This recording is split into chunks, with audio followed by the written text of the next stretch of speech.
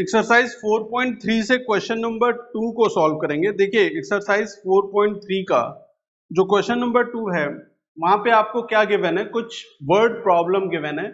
सबसे पहले उस वर्ड प्रॉब्लम के लिए आपको इक्वेशन का फॉर्मेशन करना है और फिर उसे सॉल्व करना है। सॉल्व द फॉलोइंग लिखा हुआ है। सबसे पहले पार्ट पे आते हैं। क्या कह रहे हैं कि teachers tell the class that the highest mark obtained by a student in her class is twice the lowest marks plus 7। The highest marks is 87। What is the lowest score. ये question already आपने इसके लिए equation का setup इससे पहले 4.1 exercise में किया हुआ है। देखिए क्या कह रहे हैं यहां पे। कह रहे हैं क्वेश्चन नंबर 2 पार्ट 1 में, पार्ट ए है ये ए। Teachers tell the class that the highest mark obtained by a student in her class is twice the lowest marks plus 7। तो lowest marks अगर आप मान लें, let कर लें, let the lowest mark is x। आपने मान लिया कि lowest mark क्या है, x है, ठीक है, क्योंकि जो highest marks का रिलेशन है वो lowest marks के साथ गिवन है और लोएस्ट मार्क्स हमें पता नहीं है, तो हमने सबसे पहले क्या मान लिया कि लोएस्ट मार्क्स क्या है, x है, और हमें फाइंड आउट भी क्या करना है, लोएस्ट मार्क्स ही फाइंड आउट करना है ना। तो हमने क्या मान लिया कि लोएस्ट मार्क्स क्या है, x है। कह रहे हैं क्वेश्चन में कि highest marks obtained by a student in a class is twice the lowest mark. Twice the lowest marks मतलब 2x हो गया, 2 इंटू एक्स ट्वाइस x हो गया, है ना। Twice lowest marks plus 7 the highest score. ये जो क्या आ गया, ये हाईएस्ट स्कोर आ गया और ये किसके बराबर है, 87 के बराबर है। ये आपको इक्वेशन गिवन है, ठीक है, ये इक्वेशन आपको गिवन है, मतलब ये इक्वेशन आपने फॉर्म कर ली अकॉर्डिंग टू द क्वेश्चन। आपने क्या फॉर्म कर लिया, इक्वेशन फॉर्म कर लिया कि लोएस्ट मार्क्स मान लिए कि x है, twice the lowest mark plus 7 is equal to 87। 87 highest mark है और ये जो लेफ्ट हैंड साइड में है ये भी क्या रिप्रेजेंट कर रहा है, हाईएस्ट मार्क्स को रिप्रेजेंट कर रहा है। तो सिंपल है, अब इस इक्वेशन को आप सॉल्व करेंगे for the value of x। तो यहां पे प्लस 7 है, एक टर्म है ट्रांसपोज, एक टर्म है ये ट्रांसपोज। ये ट्रांसपोज टर्म क्या है, जहां पे भी प्लस या माइनस में इस तरीके से कुछ गिवन होगा तो या तो आप ये लिखिए कि प्लस 7 है यहां पे, तो पूरी इक्वेशन को सब्सट्रैक्ट कर दीजिए 7 से, है ना, पूरे इक्वेशन को सब्सट्रैक्ट कर दीजिए 7 से, ठीक, पहली चीज। दूसरा -7 ऐड कर दीजिए, है ना, तो भी आपका काम चल जाएगा, 7 हट जाएगा। या आप ट्रांसपोज कर दीजिए 7 from left hand side to right hand side. याद रखिएगा कि इक्वल साइन यहां पे है, ये आपका LHS लेफ्ट हैंड साइड है और ये आपका RHS है। कोई चीज यहां प्लस में है तो इधर जाएगी तो माइनस हो जाएगी, कोई चीज यहां माइनस में है तो इधर जाएगी तो प्लस हो जाएगी, ठीक है।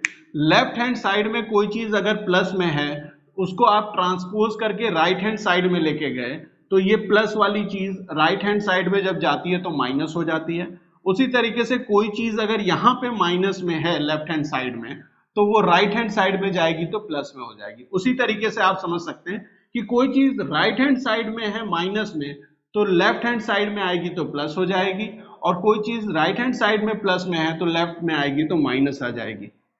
मोरल ऑफ द स्टोरी क्या है कि सिंपली इक्वल के लेफ्ट या राइट में जब भी आप किसी वैल्यू को लेके जाएंगे जो प्लस या माइनस में है, जैसे यहाँ पे प्लस में है, आप इसको लेफ्ट से राइट में लेके जाएंगे तो इसकी साइन चेंज हो जाएगी। प्लस में है तो माइनस में, माइनस में है तो प्लस में, इधर से इधर गया तो प्लस माइनस हो जाएगा, इधर से इधर गया तो प्लस माइनस हो जाएगा, ठीक है, बात समझ में आ गई। साइन चेंज हो जाएगी जब भी वो इक्वल के इधर या उधर जाएगा, ठीक है। इतनी सी बात ध्यान रखना है, जब मैं टर्म यूज करूंगा ट्रांसपोज तो उस केस में आप ये चीज समझ सकते हैं, है ना। तो हम क्या लिखने वाले हैं, ट्रांसपोज कर रहे हैं 7, transpose 7 from LHS to RHS, है ना। LHS से उठा के RHS में 7 को ले जा रहे हैं, यहाँ पे +7 इधर जाएगा तो क्या हो जाएगा -7, 2x इज इक्वल टू 7 यहां से हट गया तो 87 तो यहाँ ऑलरेडी है राइट हैंड साइड में, -7 और आ जाएगा, ठीक है, -7 और आ जाएगा, ठीक है। ये -7 कहां से आया, ये +7 ही इधर गया है तो -7 हो गया है। उसके लिए आपने स्टेटमेंट लिखी transpose 7 from left hand side to right hand side, ठीक है। अब ये 2x इज इक्वल टू 80 के बराबर है। अब यहाँ पे 2x है तो डिवाइड कर दीजिए, डिवाइड इक्वेशन बाय 2, तो यहाँ पे 2x by 2 is equal to 80 by 2, 2 से 2 कैंसिल हो गया और 2 से ये 80 40 टाइम्स, तो x की वैल्यू क्या आ गई 40 आ गई, है ना। तो लोवेस्ट, जो लोवेस्ट स्कोर है ना, लोवेस्ट स्कोर वो क्या है, वो है 40। क्लियर। क्वेश्चन नंबर 2 पार्ट 1 अच्छे से समझ में आ गया, क्योंकि इसके लिए इक्वेशन तो हमने पहले ही बना ली थी, है ना, आज उसको सॉल्व भी कर लिया है। दूसरा है बी पार्ट, ये भी आपने इसके लिए इक्वेशन बनाई हुई है पहले। बी पार्ट कह रहे हैं कि in an isosceles triangle the base angle are equal. जो आइसोस्केलस ट्रायंगल है ना, क्वेश्चन नंबर 2 का बी पार्ट, जो आइसोस्केलस ट्रायंगल है, ये आपका आइसोस्केलस ट्रायंगल है, इसका बेस एंगल क्या है, इक्वल है। अगर ये x डिग्रीज है तो ये भी x डिग्रीज है, ठीक है। द वर्टेक्स एंगल इज 40, ये जो वर्टेक्स एंगल है ये 40 डिग्रीज का है, ठीक है। What is the base angle of the triangle? Base angle of the triangle, अच्छा ये थोड़ा डिफरेंट क्वेश्चन है, इसी तरह का आइसोस्केलस पर बेस्ड क्वेश्चन था 4.1 में, लेकिन ये क्वेश्चन नहीं था, सॉरी मैंने गलत बोला, है ना। बी पार्ट में क्या है कि एक आइसोस्केलस ट्रायंगल है जिसका बेस एंगल इक्वल है। वैसे भी आपको पता है कि जो आइसोस्केलस ट्रायंगल होते हैं उसमें दो एंगल्स इक्वल होते हैं, इस केस में बेस एंगल इक्वल है। तो ये ABC एक आइसोस्केलस ट्रायंगल है जिसके बेस एंगल इक्वल है और वर्टेक्स एंगल 40 डिग्री का है। तो हमसे पूछ रहे हैं what is the base angle of the triangles, है ना, जो बेस एंगल है वो क्या होगा ट्रायंगल का, x की वैल्यू क्या होगी, ये हमसे पूछ रहे हैं। तो बहुत ही सिंपल है, देखिए total angle of a triangle, ये अंदर वाले टोटल एंगल्स वो कितने डिग्री के होते हैं, वो 180 डिग्री के होते हैं। तो sum of all angles is 180 degree, है ना। एक ट्रायंगल में सम ऑफ 3 एंगल्स भी लिख सकते हैं, है ना, 3 भी लिख सकते हैं, ऑल भी लिख सकते हैं, कोई फर्क नहीं पड़ता, है ना। Sum of 3 angles is 180 degree, मतलब x प्लस 40 इज इक्वल टू 180 डिग्रीज, है ना। क्लियर है, कहीं पे कोई कंफ्यूजन यहाँ पे, है ना। बेस एंगल का सम, दोनों बेस एंगल का सम और वर्टेक्स एंगल का सम किसके बराबर है, 180 डिग्री के बराबर है। तो x प्लस x 2x हो गया plus 40 degrees is equal to 180 degrees, है ना, ये सब डिग्रीज में है। और 2x degree is equal to, ठीक है, 2x degree is equal to, ये 40 इधर से इधर जाएगा तो आप लिखेंगे transpose 40 from LHS to RHS, है ना। ट्रांसपोज कर रहे हैं 40 को लेफ्ट हैंड साइड से राइट हैंड साइड में, साइन चेंज हो जाएगी तो 2x बचेगा इधर में 180 माइनस 40 डिग्रीज, ठीक है, 180 माइनस 40 डिग्रीज। क्लियर है, कोई दिक्कत नहीं यहाँ पे। अच्छा अब देखिए 180 माइनस 40 क्या होता है, 140 डिग्री के बराबर हो जाएगा ये। 2x is equal to 140 degree, ठीक है, 2x degree is equal to 140 degree. अब यहाँ पे 2 मल्टीप्लीकेशन में है, पूरी इक्वेशन को डिवाइड कर दीजिए, किससे,